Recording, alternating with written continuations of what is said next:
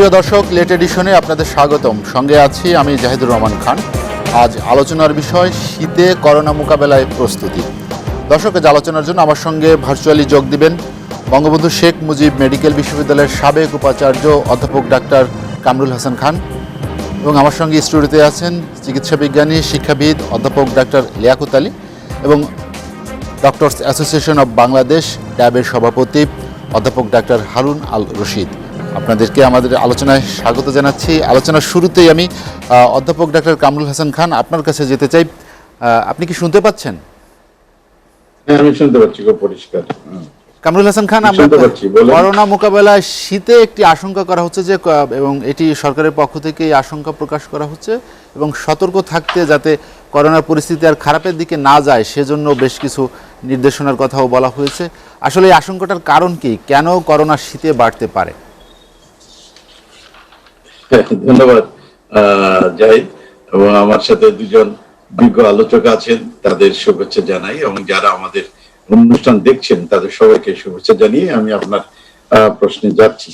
আসলে বিষয়গুলো হলো যে আমরা বিশ্বব্যাপী করোনা সংক্রমণের 9 মাস অতিক্রম করছি, আর বাংলাদেশে করছি আমরা 7 মাস। তো সেইখানে আপনার যে বিষয়গুলো দেখা যায় যে এই আমাদের 9 মাসের অভিজ্ঞতায় যে কোনো কিছু কিন্তু নির্দিষ্ট করে বলা যায়নি বা বৈজ্ঞানিক ভাবে প্রমাণিত হয়নি। কিছু কিছু ধারণা নিয়েই কিন্তু এখন পর্যন্ত আমরা চলছি। তো সেখানে বিভিন্ন দেশের চিকিৎসা প্রতিষ্ঠানগুলো এরকম পূর্বাভাস দিয়েছে। আমাদের দেশেও মাননীয় প্রধানমন্ত্রী স্বয়ং বলেছেন। এখন সেটির একটা বাংলাদেশের একটা ব্যাখ্যা আমরা বুঝতে পারি যে শীতের সময় যেহেতু মানুষ কাছাকাছি আসে বা দূরত্বটা আরো কমে যায়, ধরেন যে গ্রামাঞ্চলে বিশেষ করে মানুষ একসাথে তারা তাপ গ্রহণ করে, এ ধরনের অনেক বিষয় আছে, বা সেখানে শীতের কারণে দূরে থাকারও সুযোগ নেই, সবাই বাড়ির ভেতরেও বা বিভিন্ন জায়গায় কাছাকাছি থাকে।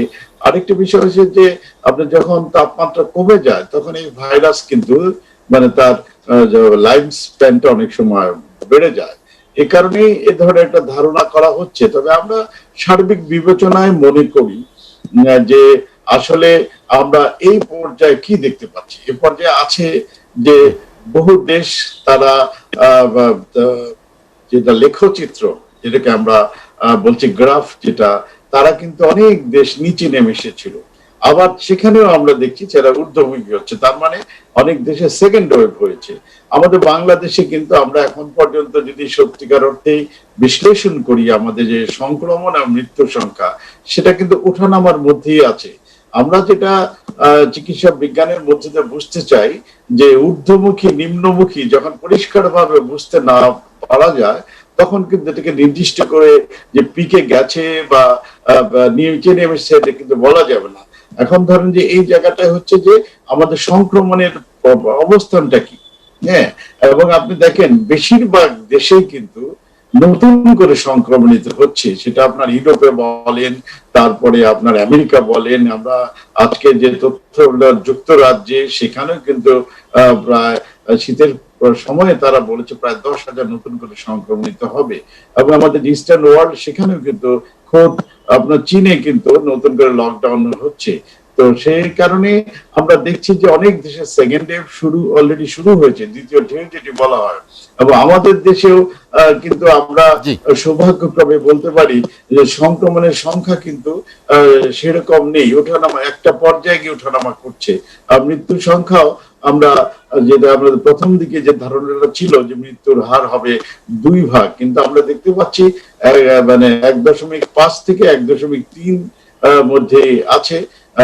তবুও আমি অবশ্যই বলবো যে প্রতিটি মূল্য আমাদের কাছে জীবন মানে মূল্যবান, প্রতিটি জীবন আমাদের কাছে মূল্যবান। প্রতিটি জীবনের জন্য আমাদের অনেক কিছু ক্ষতিগ্রস্ত হতে হয়। সে কারণে এই মুহূর্তে কিন্তু আমাদের সামনে যে বিষয়গুলো আছে, যেটা নিয়ন্ত্রণ করার যে পদ্ধতিগুলো আছে, সেটি আমাদের কাছে কিন্তু বড় রক্ষা কবচ বলে আমরা মনে করি।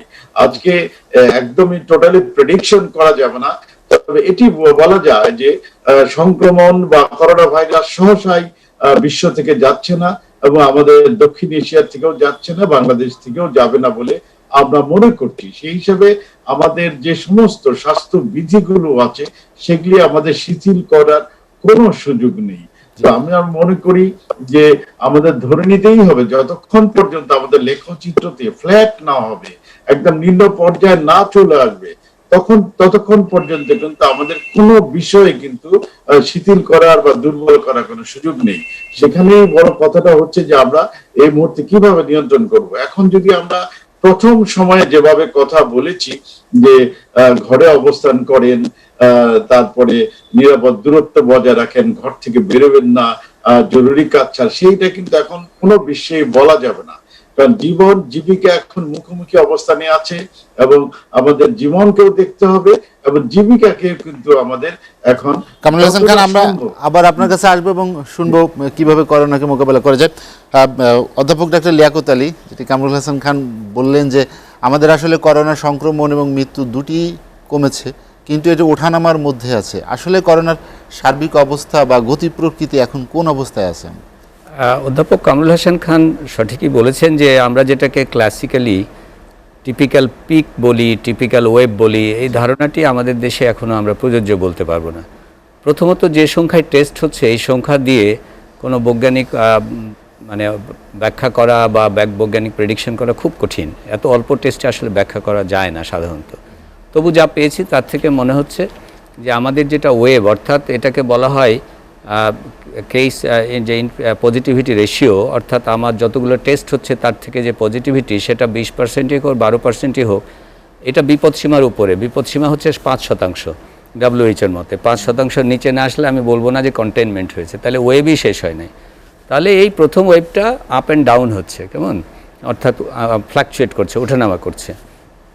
এখন আমি প্রথমেই মাননীয় প্রধানমন্ত্রীকে আন্তরিক ধন্যবাদ জানাতে চাই এবং এই রাষ্ট্রের সর্বোচ্চ পর্যায় থেকে যখন বলা হয় যে শীতের দিকে প্রকোপ বাড়তে পারে, যেখানে সরকারের অন্যান্য দায়িত্বশীল মহল অনেক সময় বিষয়টিকে হালকা করে দেখিয়েছেন, সেই জায়গাটিতে যখন তিনি বলেছেন গতকালকে যে এই বিষয়টি কিন্তু আসলে খুব গুরুত্ববহ এবং রাষ্ট্রের সমস্ত প্রশাসনিক যে যন্ত্রাদি রয়েছেন সবগুলো যদি এই বিষয়টিকে এক ধরনের গুরুত্বের সঙ্গে গ্রহণ করেন, এই ধরনের ব্যবস্থা গ্রহণ করেন, তাহলে খুব ভালো হয়। তার কারণ হচ্ছে যে আমরা বিশেষজ্ঞ বিভিন্ন মহল থেকে বিভিন্নভাবেই কিন্তু বিষয়টি বলা হয়েছে, আন্তর্জাতিকভাবেও সতর্ক করা হচ্ছে, কিন্তু এই বিষয়টি কিন্তু সেইভাবে কখনো গুরুত্ব পায়নি। সেজন্য আমি কৃতজ্ঞতা প্রকাশ করছি যে তিনি এই বিষয়টিকে উল্লেখ করেছেন এবং গুরুত্বের সঙ্গে উল্লেখ করেছেন। এখন আমি আমার প্রিয়ভাজন কামরুল হাসান খানের সূত্র ধরে বলতে চাই যে আসলে কেন বাড়বে। আপনার এই প্রশ্নটার যদিও সবগুলোর বৈজ্ঞানিক ব্যাখ্যা নেই, কিন্তু কতগুলো ব্যাখ্যা আপনার জানা দরকার এই কারণে যে আমাদের প্রতিরোধের যে পরবর্তী পদক্ষেপগুলো সেটিও এটির সঙ্গে জড়িত। একটা হচ্ছে যে এখন মোটামুটিভাবে আমরা জেনেছি যে যেটাকে সারফেস ট্রান্সমিশন বলছি, অর্থাৎ সেই যে বিভিন্ন তলদেশের উপরে আমাদের হাত তোলে নানান জায়গা থেকে যে হাতের মাধ্যমে যেটা আসে, হ্যান্ড হাইজিন গুরুত্বপূর্ণ, কিন্তু তার চাইতে বেশি ছড়াচ্ছে হচ্ছে বাতাসের। এটা বায়ুবাহিত প্রধানত, এটা কিন্তু খুব জানা হয়ে গেছে। এবং সেটা এরোসল, অর্থাৎ ক্ষুদ্র কণা। আমরা আমি টেকনিক্যাল আলোচনায় যাচ্ছি না, কিন্তু আমাদের যখন কথা বলছি, হাঁচি দিচ্ছি, কাশি দিচ্ছি, তখন বড় বড় ড্রপলেট হয় অথবা এরোসল হয়, ছোট ছোট কণা হয়। বড় ড্রপলেটগুলো কিন্তু ভারী পড়ে যায় আর এরোসলগুলো ছড়িয়ে থাকে।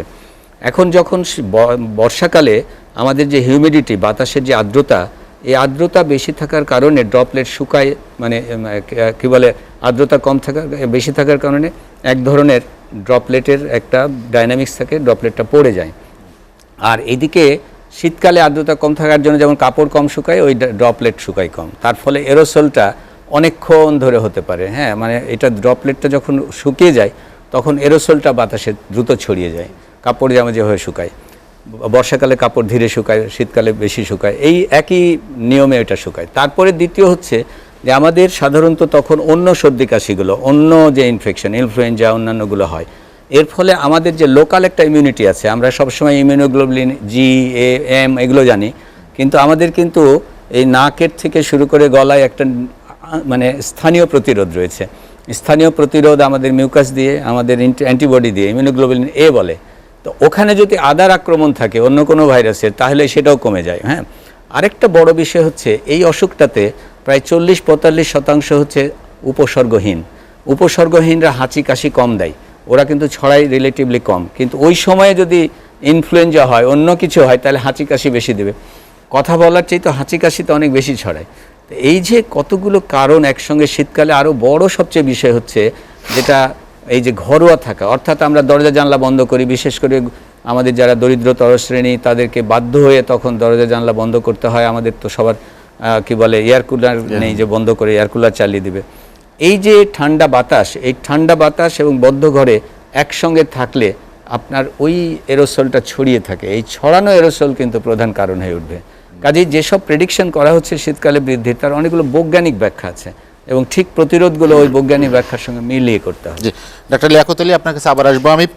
অধ্যাপক ডাক্তার হারুন আল রশিদ, যেটি লিয়াকত আলী বললেন যে শীতকালে আসলে একটি সংখ্যা আছে এটি বাড়ার, কিন্তু আমাদের প্রস্তুতি কি সেটি আছে? যদি আমরা হাসপাতালের সংখ্যা কমিয়ে ফেলি, করোনা ডেডিকেটেড হাসপাতালে এখন অনেকটা কমিয়ে আনা হয়েছে, আপনি নিজেও যে হাসপাতালে চিকিৎসা দেন সেটি করোনার জন্য ডেডিকেট করা হয়েছিল, সেটিকে নন কোভিড করা হয়েছে, তাহলে হাসপাতালের সংখ্যা আমরা কমাচ্ছি কেন?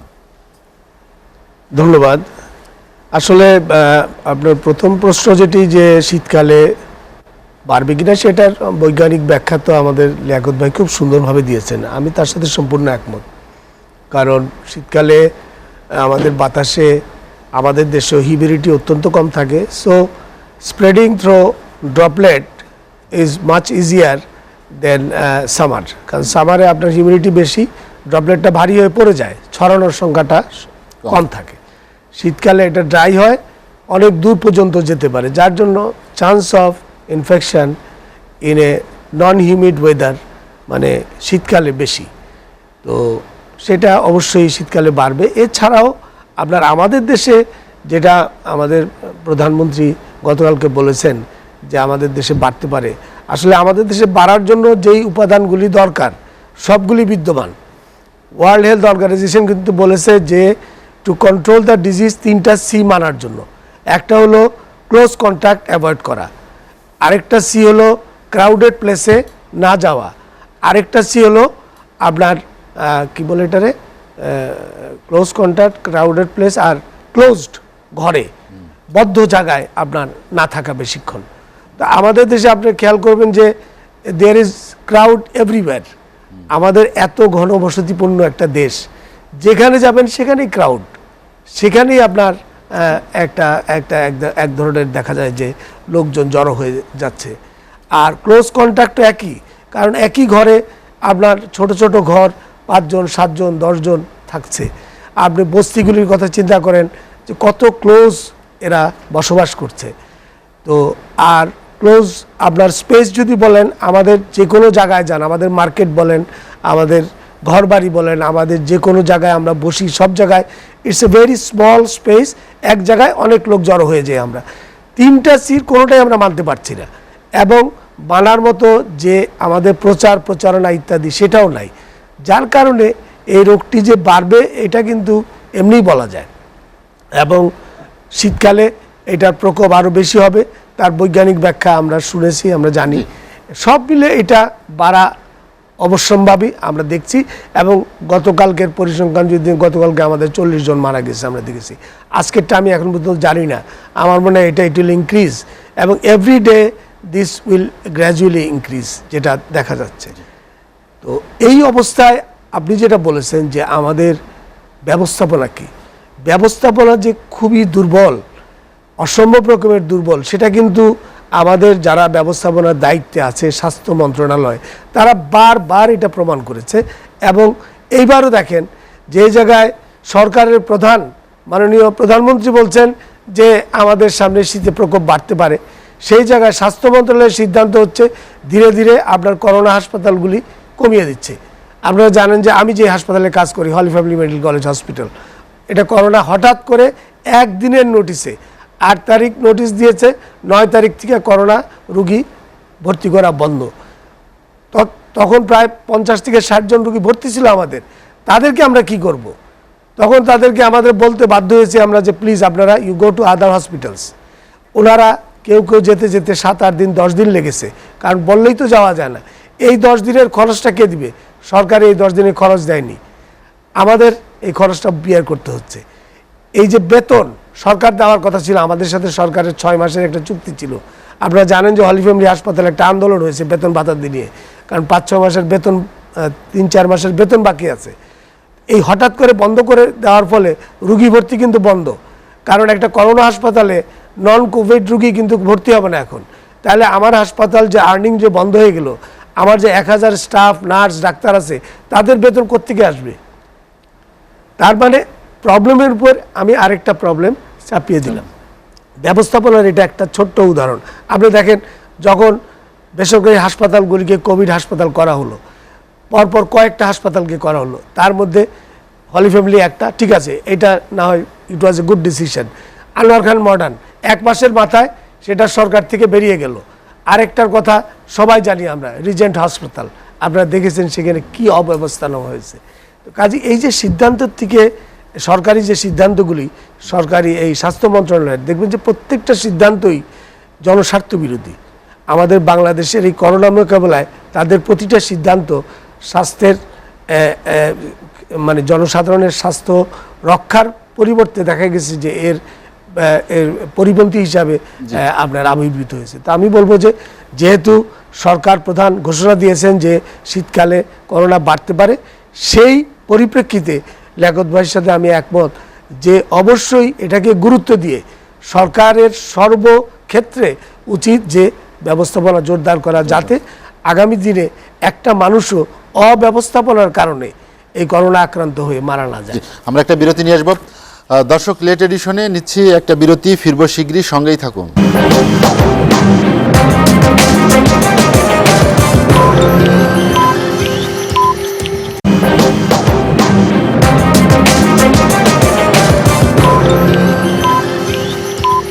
দেখছেন এসএটিভির রাতের আয়োজন লেট এডিশন। বিরতির পর আমরা আবারও ফিরছি আলোচনায়। আমরা বিরতির পর অধ্যাপক ডাক্তার কামরুল হাসান খান আপনার কাছে যেতে চাই। আপনি শুনতে পাচ্ছেন? শুনতে পাচ্ছি। কামরুল হাসান খান, যেটি অধ্যাপক ডাক্তার হারুন আর রশিদ বললেন যে স্বাস্থ্য মন্ত্রণালয়ের কিছু ব্যবস্থাপনা দুর্বলতা, যেটির জন্য জনগণ তার স্বাস্থ্যসেবা বা করোনাকালীন সময় যে সুফল যেটি পাওয়ার কথা সেটি না পেয়ে আরও বেশি দুর্ভোগে পড়েছেন। কিন্তু এই অবস্থা তো হওয়ার কথা না। জনগণের তো স্বাস্থ্যসেবা নিশ্চিত করার একটি যে দায়িত্ব, সেটি স্বাস্থ্য মন্ত্রণালয়ের পালন করা উচিত ছিল। কিন্তু স্বাস্থ্য মন্ত্রণালয়ের সিদ্ধান্তগুলো কি আসলে সমন্বয়হীনতার জন্যই কি মানুষ এই দুর্ভোগে পড়ে সবসময়? ধন্যবাদ জাহিদ। এখানে জাহিদ, একটি কথা আমি খুব পরিষ্কারভাবে বলতে চাই যে করোনা সংক্রমণ বা করোনা সংকটকে বাংলাদেশকে কিন্তু আলাদা করে দেখা যাবে না। কারণ হচ্ছে যে আপনি যদি দেখেন কি উন্নত, কি মানে উন্নয়নশীল দেশ, গোটা বিশ্বে কিন্তু একই ধরনের সমস্যা পড়ছে।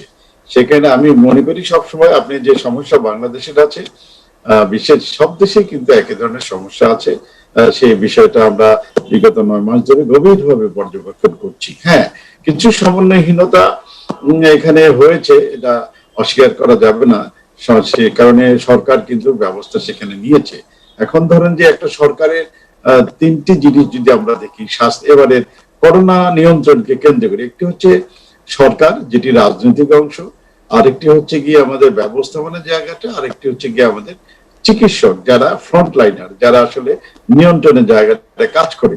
এখানে সরকার কিন্তু মাননীয় প্রধানমন্ত্রীর নেতৃত্বে প্রথম থেকেই সময়োচিত সিদ্ধান্ত নিচ্ছেন, জরুরিভাবে যা করার দরকার সবই করছেন, বাজেট দিচ্ছেন, আন্তর্জাতিকভাবে যোগাযোগ রাখছেন। ঠিক বিষয়ে কোনো আমাদের কিন্তু অভিযোগ করার সুযোগ নেই।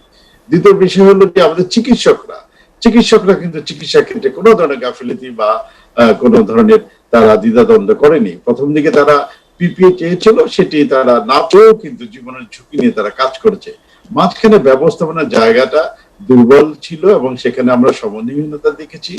আমাদের সেখানে বেশ কিছু অব্যবস্থার আমরা দেখেছি, সিদ্ধান্তহীনতা দেখেছি। তো সেই জায়গায় কিন্তু সরকার কঠোরভাবে অনেকগুলি ব্যবস্থা গ্রহণ করেছেন। দেখেন, এই করোনা সংক্রমণে যারা ড্রাইভিং সিটে ছিলেন তাদেরকে সরিয়ে দেওয়া হয়েছে। এখানে স্বাস্থ্য সচিবকে সরিয়ে দেওয়া হয়েছে, অতিরিক্ত সচিবকে সরিয়ে দেওয়া হয়েছে, ডিজিকে সরিয়ে দেওয়া হচ্ছে। বেশ কিছু দুর্নীতির অভিযোগ ছিল, সেখানে কিন্তু কঠোর ব্যবস্থা নিয়েছে।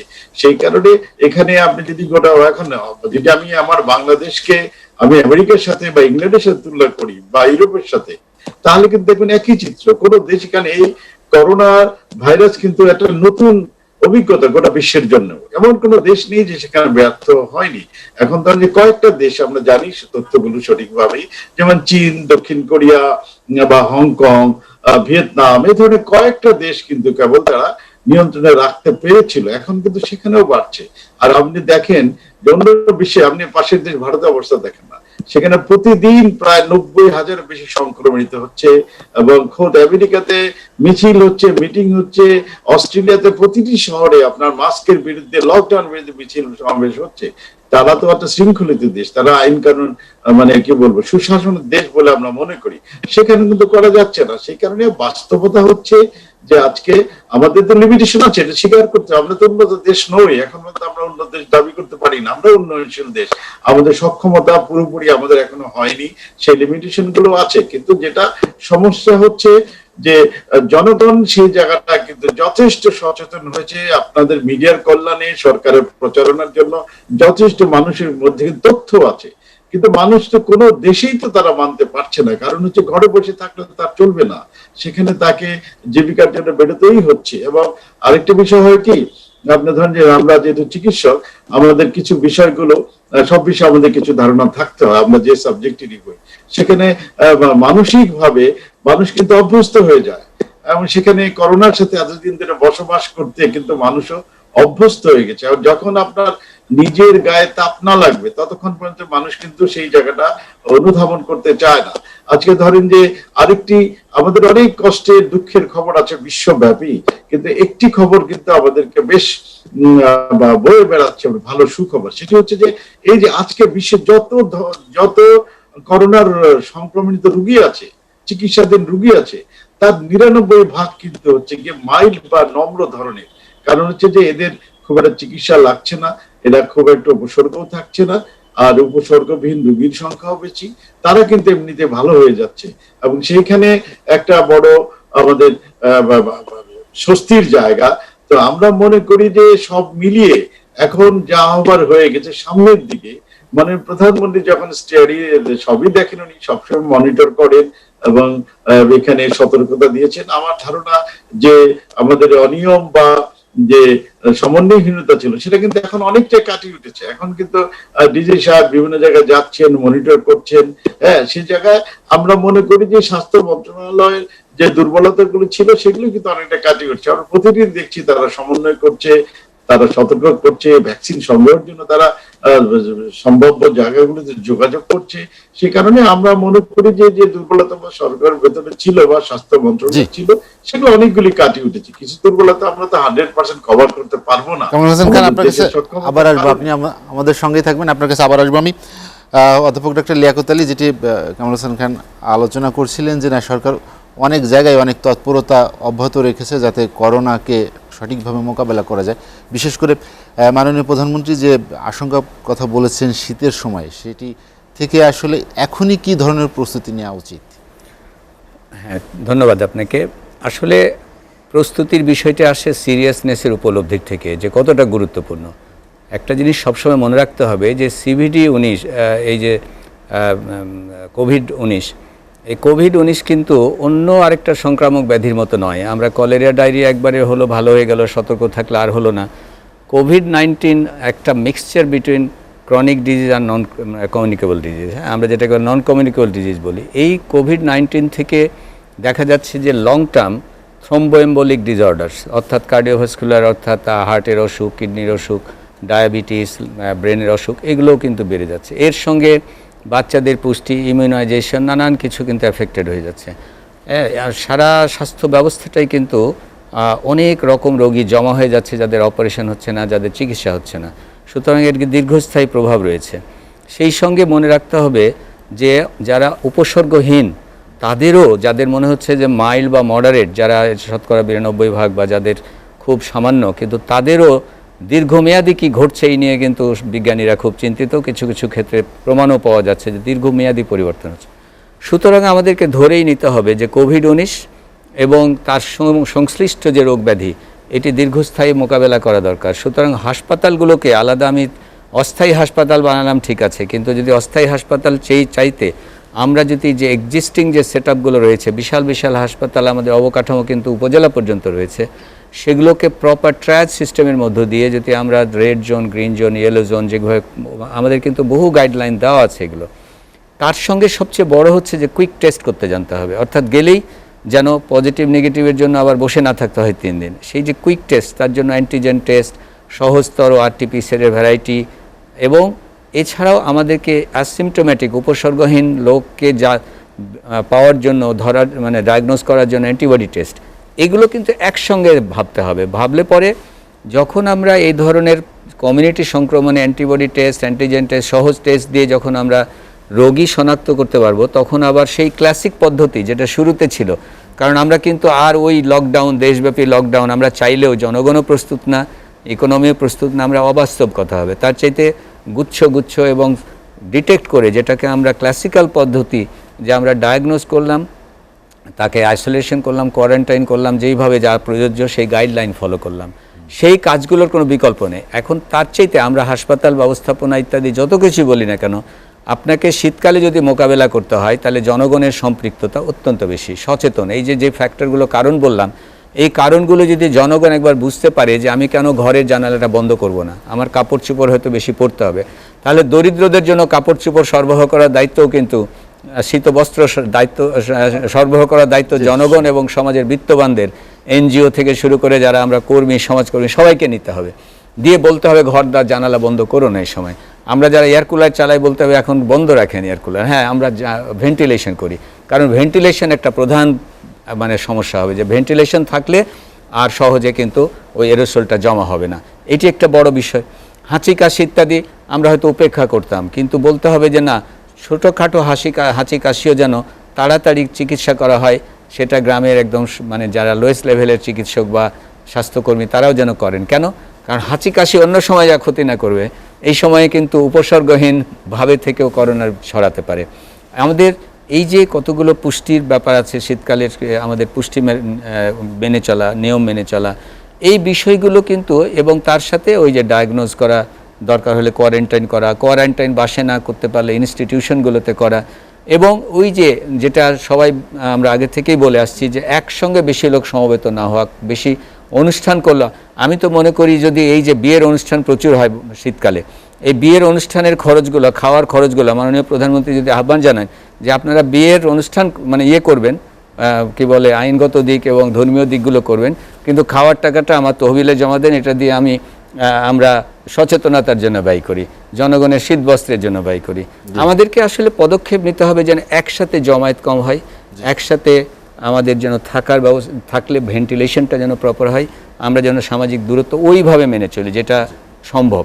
আর মাস্ক হলে আপনার ড্রপলেটটা আটকালো, এর কোনো বিকল্প নেই। ইউনিভার্সাল মাস্কিং এটা আপনাকে প্রচুর সাহায্য করবে শীতকালে। ডক্টর লিয়াকত আলী, আপনার কাছে আবার আসবো আমি। অধ্যাপক ডক্টর হারুনুর রশিদ, যেটি লিয়াকত আলী বললেন যে আমাদেরকে অবশ্যই মাস্ক পরিধান সেটি সবাইকে সর্বজনে যেন মাস্কটা পরিধান করতে পারে, সেটি একটি থাকলো, কিন্তু চিকিৎসা ব্যবস্থায় তো একটি বড় ধরনের প্রস্তুতি থাকা উচিত। তা না হলে তো করোনা যখন শুরু হলো তখন কিন্তু বারবারই বলা হচ্ছিল যে আমরা প্রস্তুত, কিন্তু সর্বশেষ যেটি হলো যে মানুষের অনেক ভোগান্তি পোহাতে হলো। তো করোনা শীতে আসবে সেই রকম আশঙ্কা যেমন প্রকাশ করা হয়েছে, তেমনি তার তো একটি বাস্তব পদক্ষেপ থাকা উচিত। আপনি চিকিৎসক হিসেবে দৃশ্যমান কি ধরনের পদক্ষেপ দেখতে পাচ্ছেন, বা সেখান থেকে আর কি ধরনের পদক্ষেপ নিলে করোনা নিয়ন্ত্রণে রাখা যাবে? ধন্যবাদ জাহিদ ভাই আপনাকে। আসলে যেটা আপনি প্রথম বললেন যে mask is the vaccine, basically এখন কিন্তু এই কনসেপ্টটা চালু হয়ে গেছে। কারণ ভ্যাকসিনটা আপনি কবে আসবে এবং কতখানি আমরা কত মানুষকে দিতে পারবো, কখন দিতে পারবো আমরা জানি না, কিন্তু ইফ আমরা যদি সবাই মাস্ক পরি তাহলে এটা ভ্যাকসিনের বিকল্প হতে পারে, এবং পৃথিবীব্যাপী কিন্তু এই প্রচারটা চলছে। এবং আমি চাই ব্যক্তিগতভাবে বাংলাদেশেও মাস্কের উপরে গুরুত্ব দেওয়া হোক এবং এটার ব্যাপারে ব্যাপক প্রচারণা করা হোক, যাতে আমাদের এই রোগটা না ছড়ায়। আপনি খেয়াল করলে দেখবেন যে আমরা যখন টিভিতে অথবা কোথাও কোনো প্রোগ্রাম দেখি, জনসমাগম হয়, তখন যেখানে যারা বক্তৃতা দেয় অথবা নেতা নেত্রী যারা থাকেন, তাদের সবারই মাস্কটা থাকে আপনার এই ইয়ের নিচে, কি বলে মুখের নিচে, যেটা একটা ব্যাড সিগন্যাল যায় টু দি কমন পিপল। আমি মনে করি চেহারা দেখানোর জন্যই হোক আর যেই জন্যই হোক মাস্কটা তখন নিচে থাকে। মাস্কটা পরা উচিত প্রপারলি, যাতে নাক এবং মুখ দুইটাই ঢাকা থাকে। যদি মাস্কটা আমি পরি এবং সেটা যদি মুখের নিচে থাকে, তাহলে সেই মাস্ক পরা না পরার মধ্যে কোনো পার্থক্য নেই। কাজে এই মাস্ক পরা এবং প্রপারলি পরা, এইটার ব্যাপারে আমার মনে হয় যে আমাদের যথেষ্ট গুরুত্ব দেওয়া উচিত এবং দ্যাট ক্যান অ্যাক্ট, এটা ভ্যাকসিনের বিকল্প হিসাবে আমাদের কাজ দিবে। এক। 2 নম্বর যেটা বলেছেন যে আমাদের শীতকালীন যে করোনা বেড়ে গেলে যে আমাদের কি প্রস্তুতি নেওয়া দরকার। বেসিক্যালি একটা জিনিস আমাদের জানা দরকার যে আজকে আমাদের দেশে করোনা আক্রান্তের প্রায় 7 মাস হয়নি, প্রায় 7 মাস। এই 7 মাসে আপনি যদি পরিসংখ্যানগতভাবে হিসাব নেন যে হাসপাতালগুলিতে কি ধরনের অপারেশন, শল্য চিকিৎসা হয়েছে, আপনি দেখবেন যে ম্যাক্সিমাম জায়গাতেই খুব জরুরি শল্য চিকিৎসা ছাড়া সাধারণ মানুষ যে বিভিন্ন রোগে আক্রান্ত হয়ে যে শল্য চিকিৎসার জন্য দ্বারস্থ হয় চিকিৎসকের, নানা ধরনের রোগ জটিলতায়, ধরেন গলব্লাডার স্টোন, আপনার কিডনির পাথর, আপনার ইউরেটারিক, আপনার কিডনিতে সমস্যা, আপনার বায়ুপথের সমস্যা, দের আর লট অফ ডিজিজেস যেগুলির অপারেটিভ ট্রিটমেন্ট আছে এবং একটা 100 অপারেশনের মধ্যে মনে করেন 30টা শতকরা হয়তো জরুরি, বাকি 70টাই জরুরি না। সেই অপারেশনগুলি কিন্তু এই 7 মাসে জমে গেছে এবং এগুলি ধীরে ধীরে যারা আক্রান্ত তাদের শরীরে এগুলি বৃদ্ধি পাচ্ছে। এইগুলির অপারেশন করার মতো পরিবেশ কিন্তু আমরা এখনও তৈরি করতে পারি নাই এবং আমি মনে করি যে সরকারের এবং সার্বিকভাবে যারা স্বাস্থ্য ব্যবস্থাপনায় জড়িত, এই রোগগুলি, যারা ক্যান্সারে আক্রান্ত, যারা আপনার গলব্লাডার পাথর নিয়ে ব্যথায় আক্রান্ত, যারা আপনার পায়ুর পথে আপনার বিভিন্ন ধরনের সমস্যায় আক্রান্ত আছে, তাদের রোগ নিরাময়ের জন্য, শল্য চিকিৎসার জন্য হাসপাতালে ভর্তি হয়ে ব্যবস্থা নেওয়ার জন্য ব্যবস্থাপনা তৈরি করা উচিত। এবং সেই জন্য যেটা খুব জরুরি আমি মনে করি যে করোনাকালীন অবস্থায় আমরা করছি না কেন, কারণ যেই রুগীটা ভর্তি হবে সে করোনায় আক্রান্ত কিনা আমরা জানি না এবং যার কারণে চিকিৎসক যারা আছে তারা কিন্তু সেই রুগীর কাছে ভিড়ছেন না, মতো যাচ্ছেন না। আমরা দ্রুত এই রোগটি শনাক্ত করার ব্যবস্থা, যেটা লিয়াকত ভাই বললেন যে সহজলভ্য টেস্ট, অ্যান্টিজেন টেস্ট, এইটার সহজলভ্যতা করতে হবে প্রতিটা থানায়, প্রতিটা জায়গায়, যাতে যে রুগীটা চিকিৎসা সেবা নেওয়া দরকার সেজন্য প্রথমে তার এই টেস্টটা করাতে পারে। And if he is diagnosed যে তার করোনা নাই, তাহলে কিন্তু সে চিকিৎসকের দ্বারস্থ হবে, চিকিৎসক তাকে চিকিৎসা দিবে, হাসপাতালে সে ভর্তি হবে, সহজে তার চিকিৎসাটা পাওয়ার ক্ষেত্রে তার সহজলভ্যতা হবে। এই জায়গায় আমাদের অ্যাড্রেস করাটা অত্যন্ত জরুরি, যেটা ধীরে ধীরে আমি দেখছি টেস্টের সংখ্যা কমে যাচ্ছে, টেস্টের করানোর জায়গাগুলি কমে যাচ্ছে। সেটা আমি মনে করি যে এই জায়গায় স্বাস্থ্য মন্ত্রণালয়ের নজর দেওয়া উচিত। যে আমরা আরেকটা বিরতি নিয়ে আসবো। দর্শক, লেট এডিশনে নিচ্ছি আরেকটা বিরতি, ফিরবো শীঘ্রই, সঙ্গেই থাকুন।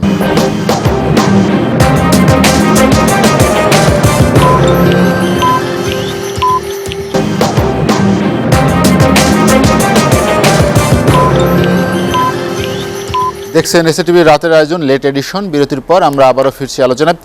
বিরতির পর ডক্টর কামরুল হাসান খান, আপনার কাছে যেতে চাই। আপনি শুনতে পাচ্ছেন? হ্যাঁ, শুনতে পাচ্ছি। যেটি অধ্যাপক ডাক্তার হারুন আল রশিদ যেটি উল্লেখ করলেন যে আমাদের করোনা শনাক্ত করার যে প্রক্রিয়া বা পিসিআর ল্যাব অথবা অ্যান্টিবডি বা অ্যান্টিজেন টেস্ট, সেটি এখনও সবার জন্য ওইভাবে উন্মুক্ত না। মানুষ এখনও কিন্তু দ্বিধাদ্বন্দ্বে থাকে যে কোথায় গিয়ে সে পরীক্ষা করাবে। এখনও যদি কেউ করোনা শনাক্ত করতে চায় তাকে কয়েকবার ভাবতে হয়, যে কারণে আমাদের শনাক্তের সংখ্যা অনেক কমে আসছে। কিন্তু শীতে যদি এইটা বাড়ে সেক্ষেত্রে তো এটির অবশ্যই একটি সুস্থ এবং সহজ পথ থাকতে হবে, সেটি কেন এখনো তৈরি হচ্ছে না?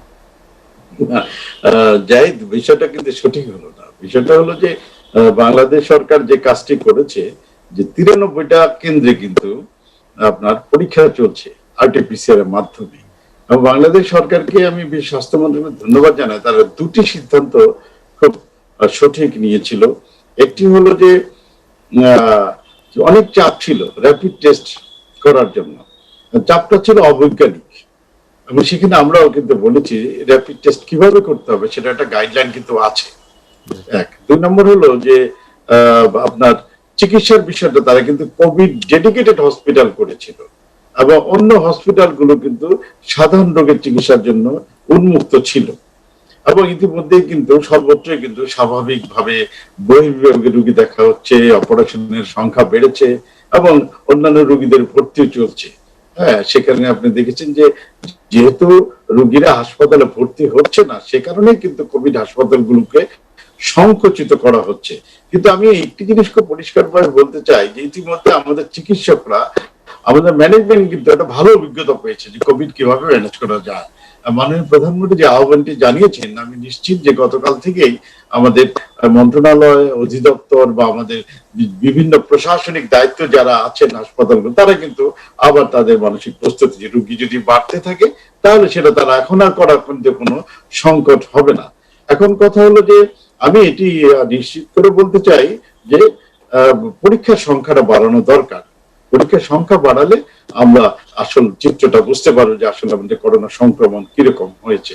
কিন্তু এখন কিন্তু আপনি দুটি জিনিস, সরকারকে দায়ী করলে তো হবে না, এখন তো মানুষ কিন্তু যেহেতু তারা মাইল্ড ফর্মের নম্র ধরনের অনেকে ভুগছেন, তারা কিন্তু বুঝে ফেলেছে, মানুষ কিন্তু সচেতন হয়েছে যথেষ্ট, তারা কিন্তু নিজেদের চিকিৎসা দিচ্ছে, তারা ডিসিশন নিচ্ছে হাসপাতালে যাবে কি যাবে না। সেরকম যদি আপনার কষ্টদায়ক অবস্থা না হয় তাহলে মানুষ কিন্তু যাচ্ছে না। আর মানুষের মধ্যে পরীক্ষা নিয়েও কিছুটা অনীহা ডেভেলপ করছে, এই কারণে যাচ্ছে না। কিন্তু আমাদের সেই অনীহাটা কি আসলে অব্যবস্থাপনার জন্য, নাকি হাসপাতালে গিয়ে এসে চিকিৎসা পাবে না সেটা জেনেই সে যাচ্ছে না? হ্যাঁ, এখানে যখন মানুষ জানতে পারলো যে ভুয়া রিপোর্ট দেওয়া হচ্ছে, তখন মানুষের মধ্যে একটা নেতিবাচক এসেছে, এটা সত্য। কিন্তু পরবর্তী সময় যখন সুযোগ বেড়েছে তখন কিন্তু যার প্রয়োজন তারা যাচ্ছে। আরেকটি বিষয় খুব গুরুত্বপূর্ণ বলি আমরা, যে এই যে অ্যান্টিজেন অ্যান্টিবডি যত্রতত্র করা যাবে না, কিন্তু এ নিয়ে আমরা অনেক ডিবেট করেছি, আমরা অনেক লেখালেখি করেছি, অনেক তথ্য আমরা দেশবাসীকে দিয়েছি। অ্যান্টিবডি কিন্তু কখনো রোগ নির্ণয়ের জন্য নয়। হ্যাঁ, এটি হচ্ছে ডিটেকশনের জন্য, যে তার ইমিউনিটি ডেভেলপ করেছে কিনা। এবং এটা নিয়ে অনেক কথা আছে, হয়তো আপনার সে সময় নাই, সেই বিষয়গুলো আমি আগে আলোচনা করেছি। কারণ হচ্ছে অ্যান্টিবডি বেশিরভাগ ক্ষেত্রে নেগেটিভ হয়, অ্যান্টিজেনও কিন্তু সেন্সিটিভিটি খুবই কম। আমি ভারতে কথা বলেছি, ভারতে করছে এটা, তাদের সেন্সিটিভিটি পজিটিভ হচ্ছে গিয়ে 20 থেকে 30%। সে কারণে আমি এটা করার পক্ষে, অ্যান্টিজেন রেডি করতে হবে, কিন্তু এটা প্যাকেজে করতে হবে এবং যেখানে আরটিপিসিআর ওখানেই করতে হবে। এখন যে অনেকেই বলে, এবং আমি জানি যে যে সমস্ত দেশ এটা সীমিত আকারে করছে, তাদের কিন্তু নির্দিষ্ট গাইডলাইন আছে এবং পরিষ্কার বলা আছে যে এটা কোনো ক্রমে বাড়িতে করা যাবে না বা আমার ল্যাবরেটরির বাইরে করা যাবে না। সে কারণে আপনার আমাকে ধরে নিতে হবে আমি যে পরীক্ষাটা করব, অ্যান্টিবডি নিয়ে সমস্যা নাই, যে পরীক্ষাটা করব যদি নেগেটিভ হয় তাহলে মনে করতে হবে যে এটা করোনা থাকতে পারে। আর পজিটিভ হলে তো তাকে আমি সাধারণ মধ্যে রাখতে পারবো না, একটা পজিটিভ কেস কখনোই। সেই কারণে ভিড়ের মধ্যে সিস্টেমের মধ্যে আনতে হবে, একটা প্যাকেজে রাখতে হবে। যদি অ্যান্টিজেন নেগেটিভ হয় তাকে আরটিপিসিআর করতে হবে, অ্যান্টিবডি যদি নেগেটিভ হয় তাকে আরটিপিসিআর করতে হবে। সে কারণে এই জিনিসগুলো কিন্তু একটা প্যাকেজে করতে হবে, নিয়ন্ত্রিত ভাবে করতে হবে। আমি একটা লোককে যেখানে করলাম তার মধ্যে দেখা হলো করোনা পড়ছে, তো ছড়াবে ওখানটা। সে কারণে এটি কিন্তু এবং আমরা দেখেছি যে শুরু থেকেই কোনো বাংলাদেশ সংস্থা তারা চাপ সৃষ্টি করে সরকার, আমরা কিন্তু সেই চাপ মোকাবেলা করেছি এবং আমরা দেখিয়েছি তাদের সিদ্ধান্ত বা প্রস্তাব সবটাই ভুল ছিল। যে কারণে সরকারকে অবশ্যই ধন্যবাদ জানাই যে এগুলি বৈজ্ঞানিক ভাবে কিন্তু দেখতে হবে। এটা কিন্তু আমার এটা কোনো পপুলার কোনো পলিটিক্স নয়, এটা যে আমি অ্যান্টিবডি শুরু করলাম, অ্যান্টিজেন শুরু করলাম, শনাক্ত হলো, তাকে আমি কোথায় রাখবো। সেই কারণে এটিও নিয়মিত ভাবে করতে হবে। এবং আমরা মনে করি যে আগামী সময়ে আমাদের বাংলাদেশের যে প্রস্তুতি আছে এখন, যে আমাদের অভিজ্ঞতা হয়েছে, সেটি দিয়ে আমরা করতে, যেটি দরকার এখন সেটা হচ্ছে মানুষের, জনগণের সম্পৃক্ততা। মানুষকে কোন দেশে কিন্তু নিয়ন্ত্রণ করতে পারে না, এটা বুঝতে বাংলাদেশকে আলাদা করে দেখলে কিন্তু হবে না। বরং বাংলাদেশের মানুষ, আমি মনে করি অন্য দেশের মানুষের চাইতে অনেক, তারা কোনো এখনো মিছিল করে নাই লকডাউনের বিরুদ্ধে, কিংবা তারা কিন্তু এই মাস্কের বিরুদ্ধে মিছিল টিছিল করে না। অধ্যাপক ডক্টর কামরুল হাসান খান, আপনাকে অসংখ্য ধন্যবাদ আমাদের সঙ্গে আলোচনায় যোগ দেওয়ার জন্য। ডক্টর লিয়াকত আলী যেটি বললেন যে জনসম্পৃক্ততার কথা বলেন, কিন্তু বাংলাদেশের মানুষের মধ্যে যে আস্থা চিকিৎসার ক্ষেত্রে, সেই আস্থা যদি ফিরিয়ে আনা না যায় সেক্ষেত্রে তো জনসম্পৃক্ততাও সম্ভব না। সে হলে করোনা সংক্রমণের সংখ্যাও তো বাড়তে থাকবে। আমাকে জিজ্ঞেস যদি করেন যে সবচেয়ে সফলতা ব্যর্থতা নানান দিক আছে, অবশ্যই আমাদের অনেক সফলতা আছে। তো এখন আমরা তো সাধারণত ব্যর্থতা থেকে শিক্ষা নিয়ে সামনে অগ্রসর হওয়াটাই সবচেয়ে বড় সফলতাও একটা বড় শিক্ষা। তো ব্যর্থতার সবচেয়ে বড় দিকটাই হলো জনসম্পৃক্ততার ব্যর্থতা আমাদের। আমরা আসলে যেটাকে জনসম্পৃক্ততা বলে সেই অর্থে কিন্তু করে উঠতে পারিনি, এবং সেটা একটা কারণ হয় অবশ্যই যে যাদের উপরে আমরা আস্থা রাখবো, এটা শুধু প্রশাসনিক বা রাজনৈতিক যে প্রতিষ্ঠানগুলো তার উপরে আস্থা নয়, বিশেষজ্ঞ বলি আর পেশাজীবী বলি তাদের উপর আস্থার কথা বলছি আমি। মানে সাধারণ জনগণ আস্থা রাখবেন, রাজনৈতিক নেতৃত্ব, প্রশাসনিক নেতৃত্ব, পেশাগত নেতৃত্ব, সব জায়গাতেই আমরা ব্যর্থ হয়েছি। এটা কিন্তু জনসম্পৃক্ততা বলে না। আমরা সবসময় প্রশাসনিক পদক্ষেপ দিয়ে সেখানে আমরা সমন্বয়হীনতা ইত্যাদি সবাই আমরা জানি যে বিভিন্ন আন্তঃমন্ত্রণালয় যে সমন্বয়হীনতা ইত্যাদি ইত্যাদি অনেক ছিল, আবার আমাদের সফলতার দিকও অনেক রয়েছে। কিন্তু জনসম্পৃক্ততা বলতে একদমই প্রান্তিক পর্যায়ে, যেখানে আমরা যেমন ভ্যাকসিনেশনে যেটাতে সফল হয়েছি, ইমিউনাইজেশন, ফ্যামিলি প্ল্যানিংয়ে সফল হয়েছে, এটা কিন্তু একদম প্রান্তিক পর্যায়ে যে চিকিৎসা সেবা দাতা, তার সঙ্গে যে অন্যান্য সামাজিক যারা কর্মী, তাদের রাজনৈতিক কর্মী, মিডিয়া পিপল থেকে শুরু করে আপনাদের সবার যে সম্মিলিতভাবে যে উদ্দীপ্ত হওয়া এবং কর্মকাণ্ডে লিপ্ত হওয়া, সেই বিষয়টি ছাড়া আমি আগেই বলেছি যে কোভিড-19 হয়তো সংক্রমণ কমে আসবে, আমরা হয়তো কেস ফ্যাটালিটি রেশিও দেখে আনন্দিত হতে পারি যে মাত্র 1% কাছাকাছি বা 2% মাঝামাঝি 1-2, কিন্তু এতটুকু আপনাকে নিশ্চিতভাবে বলতে পারি এখন পর্যন্ত যা তথ্য রয়েছে তার ভিত্তিতে যে কোভিড-19 আমাদেরকে বহু বছর ভোগাবে। তার শুধু নিজের জন্য না, এই যে দীর্ঘমেয়াদী যে প্রভাব ফেলে যাচ্ছে শরীরের উপরে, সামাজিক রাজনৈতিক শুধু না, স্বাস্থ্যের অন্যান্য দিক, মানসিক স্বাস্থ্যের দিক, দৈহিক স্বাস্থ্যের দিক, বাচ্চাদের ওবেসিটি বেড়ে যাচ্ছে, মানসিক স্বাস্থ্য ফল করছে, অপারেশন হচ্ছে না নানান। সেই জন্য একটা জিনিস বড় যে জনগণকে প্রস্তুত করতে হয়, এবং তার জন্য শীতকাল শুধু নয়, শীতকালকে উপলক্ষ করে আমি অনুরোধ করব যে আমরা হাসপাতাল ব্যবস্থাপনা, ভ্যাকসিন ব্যবস্থাপনা, সব ব্যবস্থাপনা কোনোটাই গুরুত্বহীন নয়, কিন্তু সবচেয়ে গুরুত্বপূর্ণ হচ্ছে আমরা যদি সেই শুরুর দিকের যে স্ট্র্যাটেজি, যেটা কৌশল, আসলে আপনি যত হাসপাতালই বানান না কেন, যত চিকিৎসকই বানান না কেন, যত বাজেটই দেন না কেন, এই সব ক্ষেত্রে যদি আপনি প্রিভেনশন, প্রতিরোধে না যেতে পারেন তাহলে সম্ভব না। এই প্রতিরোধের ক্ষেত্রে ডিটেকশন, এবং সেই ডিটেকশনে অবশ্যই অ্যান্টিজেন অ্যান্টিবডির কোনটার সবলতা কোন দিক, কোনটার দুর্বলতা কোন দিক, আরটিপিসিআর নানান ভ্যারাইটি রয়েছে, এই বিষয়ে নীতিমালাও আমরা বিশেষজ্ঞরা অনেক সময় দিয়েছি, সরকারের কাছেও আছে। এই সবগুলোকে বিবেচনায় এনে দ্রুত যদি ওই যে সংক্রমণ কি বলে ডিটেকশন, এবং দরকার হলে কোয়ারেন্টাইন, দরকার হলে আইসোলেশন, এবং সেই জায়গাগুলো গুচ্ছ আকারে স্থানিক ভিত্তিতে জনসম্পৃক্ততা সহ করার জন্য আমি বিশেষভাবে অনুরোধ করব। ডাক্তার লিয়াকত আলী, আপনাকে অসংখ্য ধন্যবাদ আমাদের সঙ্গে আলোচনায় যোগ দেওয়ার জন্য। অধ্যাপক ডাক্তার হারুন আল রশিদ, যেটি ডাক্তার লিয়াকত আলী বললেন যে অবশ্যই প্রতিরোধের জায়গায় জোর দিতে হবে, কিন্তু স্বাস্থ্যক্ষেত্রে, সার্বিক চিকিৎসার ক্ষেত্রে যদি জন আস্থা ফিরিয়ে আনা না যায়, সেক্ষেত্রে প্রতিরোধ কার্যক্রম তো দুর্বল হয়ে যাবে। কি ধরনের সংস্কার নিলে এই প্রতিরোধটা একটু জোরদার করা? বেসিক্যালি এটা লিয়াকত ভাই তো যথার্থই বলেছেন, এই কোভিড-19 মতো একটি রোগ, এটা তো আসলে প্রতিরোধ করা ছাড়া এটা প্রতিকার করা কিন্তু মুশকিল। এটার প্রতিকারটা প্রতিরোধের মধ্যেই আছে। সেই জন্য সেই জায়গাতেই আমাদের দুর্বলতা আসলে, যেটা উনি পরিষ্কারভাবে বলেছেন, আমরা প্রতিরোধের সম্পূর্ণভাবে ব্যর্থ হয়েছি। প্রাথমিক পর্যায়ে যদি আমরা প্রতিরোধ করার প্ল্যানিংটা ঠিক থাকতো, তাহলে আমাদের আজকের এই অবস্থায় আমরা আসতাম না। আজকে কিন্তু প্রতিরোধের জায়গাটা অনেক বিস্তৃত হয়ে গেছে, রোগটা ছড়িয়ে গেছে চতুর্দিকে, কাজে প্রতিরোধের আমাদের সক্ষমতাও আমরা হারিয়ে ফেলেছি অনেকটা। কিন্তু প্রাথমিক পর্যায়ে কিন্তু এই প্রতিরোধের জায়গাটা ছিল খুব সীমিত। সেইখানে যদি আমরা সঠিকভাবে বাস্তবায়ন করতে পারতাম, প্ল্যানিংটা ঠিক মতো করতে পারতাম, তাহলে আজকের এই পরিস্থিতি উদ্ভব হতো না, এবং আমাদের হয়তো ভবিষ্যৎ প্ল্যানিংটা আরও অনেক ইজি হয়ে যেত। সেই জায়গায় আমরা যেতে পারিনি। যাই হোক, তারপরও আমরা তো সামনের দিকে আমাদের এগোতে হবে। আর বাংলাদেশের মতো একটা উন্নত, মানে আমি বলবো উন্নয়নশীল দেশে, যেখানে জীবন এবং জীবিকা দুইটা কিন্তু সবসময় যুদ্ধ করছে একটা আরেকটার সাথে, সেইখানে আসলে প্ল্যানিংটা অনেক বেশি মেটিকুলাস হওয়া দরকার, অনেক বেশি জনগণকে সম্পৃক্ত করে তাদের মানে ভালো মন্দের সাথে মিশিয়ে আপনার প্ল্যানিং করতে হয়। কারণ আপনার যে লোকটার পরের দিন কি খাবে সেই আহারের বন্দোবস্ত নেই, তাকে আপনি শুধু বলবেন যে আপনি মাস্ক পরেন আর ঘরে থাকেন, সে কিন্তু মানবে না, বিকজ হি ইজ হাংরি। তার খাওয়ার জন্য কিন্তু বের হতে হবে।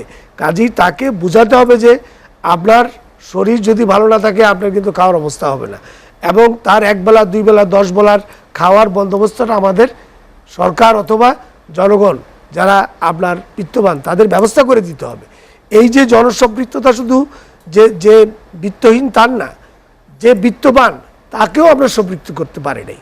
সবাই মিলে যদি আমরা সম্পৃক্ত হয়ে একটা সার্বিক ব্যবস্থাপনা করতে পারতাম, যাতে করে জনগণ সব আমরা এই রোগটিকে প্রতিরোধ করার ক্ষেত্রে সার্বিকভাবে একটা প্ল্যানিং, তাহলে কিন্তু আমরা আমাদের দেশের মানুষ, আমি একটা কথা বলবো যে বিশ্বের অন্যান্য দেশের চেয়ে অনেক বেশি আইন কানুনের প্রতি শ্রদ্ধাশীল। যদি সরকার জনকল্যাণে কোনো আইন করে সেটা তারা মানতে চায়, মানতে তারা আগ্রহী। দেখবেন যে উন্নত বিশ্বে মাস্কের বিরুদ্ধে আপনার মিছিল করছে। আপনার কালকে লন্ডনে আপনি দেখেছেন কিনা জানি না, মিছিল হয়েছে, আমেরিকাতে মিছিল হচ্ছে। আমাদের দেশে কিন্তু এই আইনের বিরুদ্ধে কোনো মিছিল এটা নাই, কারণ মানুষ আইন মানতে চায়, কিন্তু আমরা সেই আইনটা জনকল্যাণমূলক আইন করতে পারি না, সেটা ইমপ্লিমেন্টের সক্ষমতা আমাদের নাই। যদি সেই আইনটা মানে একটা গরিব লোক বাসায় থাকে, তার খাদ্যের ব্যবস্থা তো আমার করতে হবে, সেটার ব্যবস্থা আমি করতে পারি না, যার জন্য সে বাধ্য হয়ে বের হয়, রিক্সাটা নিয়ে বের হয়, বিকজ তার খাওয়ার ব্যবস্থা নেই। এই সমস্ত কারণে আমি বলবো যে এই জায়গায় সরকারের একটা বিরাট ভূমিকা আছে, কারণ বিত্তবান, বিত্তহীন এবং সামর্থ্যবান, সামর্থ্যহীন সবাইকে সমন্বয় করার দায়িত্ব কিন্তু সরকারের। এটা ব্যক্তি পর্যায়ে কেউ পারবে না। এই জায়গায় সরকার আমি বলবো যে খুব একটা সাফল্য লাভ করতে পারে নাই। তবে আগামীতে যদি সরকার চায়, সরকার একটা বিরাট শক্তি, তাহলে সব পক্ষকে সাথে নিয়ে যদি একটা সার্বিক ব্যবস্থাপনা গড়ে তোলে, তাহলে কোভিডের মতো রোগ কেন, আরও অনেক কিছু আমরা মোকাবিলা করতে পারবো ইনশাআল্লাহ। আমাদের হাতে সময় কম, আলোচনা শেষ করতে হচ্ছে। অধ্যাপক ডক্টর হারুনুর রশিদ, আপনাকে অসংখ্য ধন্যবাদ আমার সঙ্গে আলোচনায় যোগ দেওয়ার জন্য। অধ্যাপক ডক্টর লিয়াকত আলী এবং অধ্যাপক ডক্টর কামরুল হাসান খান, আপনাদেরকে অসংখ্য ধন্যবাদ। দর্শক জানিয়ে রাখি, লেট এডিশন পুনঃপ্রচার হয় সকাল 8টায়। আজ এ পর্যন্তই। ভালো থাকুন, সুস্থ থাকুন, এসএটিভির সঙ্গেই থাকুন।